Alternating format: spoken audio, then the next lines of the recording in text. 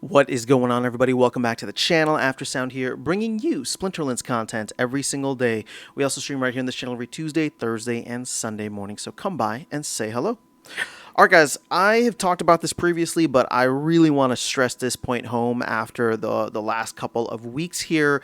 But we should be getting SPS, our governance token, bridged to other chains. And I would say that the top of the list is probably going to be Solana, mainly because you can see the success that Solana has had over these past couple of weeks. Now, here's the thing. Solana was one that a lot of people were very worried about, didn't think it was going to survive, especially after the FTX collapse, just because there was a lot of backing there. But something that is always been the case for me, and I don't own a ton of Solana. I don't utilize a bunch of things on Solana. I've had a little bit to try a couple of games there, Steppen being one that I made content for in the past. So I'm familiar with the ecosystem just barely because I've interacted with it, but I'm not in the weeds. Although there are several folks, even on this channel here, people that I know through Discord, that swear by it, swear by the community, and swear by the projects and the stuff, that the foundations that are being built there as this awesome layer one. Now, that's not to say that Solana has all of the stuff figured out, nor does it, Solana hasn't really been stress tested the way that Ethereum has been stress tested in many ways. And there were a lot of times that Solana would actually go down. The entire network would go down during the last bull run.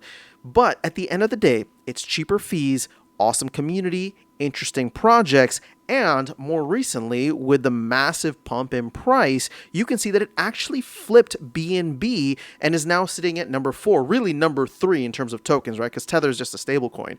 But really number 3 in terms of market cap overall. It has flipped BNB, and therefore I think should be very highly considered as a priority for the team to get done. Now, when I say priority, I'm not talking about it's got to be done tomorrow, but this bull run, which hopefully we're at the beginning stages of, with the Bitcoin halving coming up in April, this bull run may last for the next 18, 24 months. Who knows how it goes, again, if we are in a bull run and barring anything crazy happening within the world.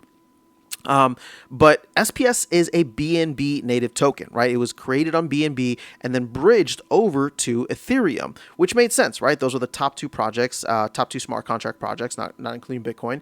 But now you got Solana up there in the mix. And again, I think the resilience of the project, the resilience of the community has showed that it is at the very least worth considering to get involved in, or at least to bridge for the SPS token. And the reason that I say this is because if you consider how much money is flowing around the Solana ecosystem, how much interest there is probably in gaming as well, what you want to do is create easier access points. Now, maybe the team bridges the SPS token over there. The other way that we could do this without actually bridging SPS is utilizing something like Hive Engine, which again is not affiliated with the team. It is run by Aggroed, right? So it is another company that is very closely tied to Splinterlands, and Hive Engine is where a lot of these other games on Hive are actually built. They're not built on Hive, they're built on Hive Engine. Splinterlands itself is not built on Hive Engine. It is its own layer 2 on top of the Hive network, but it interfaces with Hive Engine a lot, right? Because you can tokenize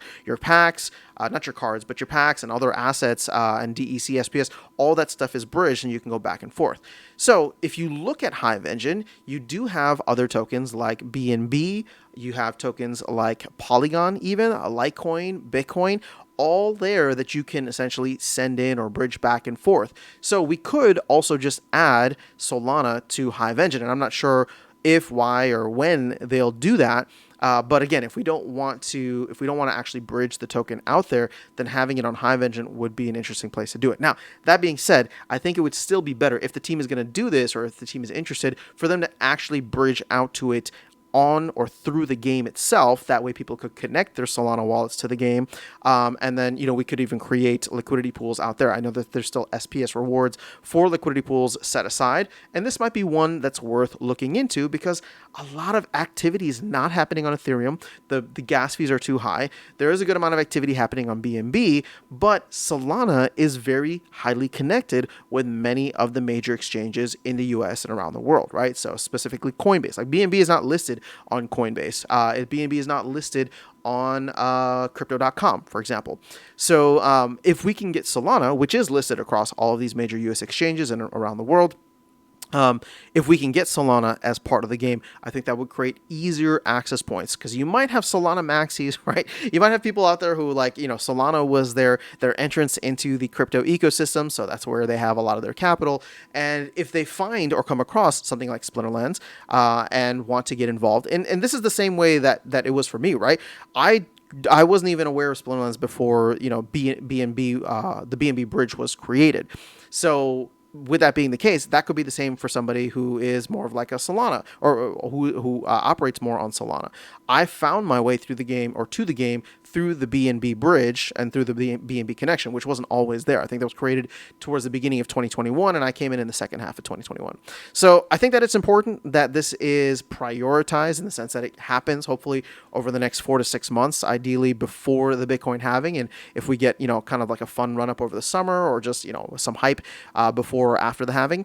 But it is something to consider now, especially because of the fact that the market cap has been flipped for BNB. And again, SPS is a native token on BNB. It's been bridged to Ethereum. And now if you have another layer 1 blockchain, such as Solana, that is passing BNB, I think we should highly consider moving, or bridging the token to there as well, to make it easier to onboard those who are very highly active and engaged with the Solana ecosystem. But that is all I have for you guys in the video. Just wanted to share with you the recent happenings with the Solana pump. And I will say this, just to close things out, it does feel a little frothy right now for Solana. There's a lot of people who bought in at $15, and you're looking at 111. I think it was 120 at the recent high that I saw. I wouldn't be surprised if we go on a little bit of a cool off here.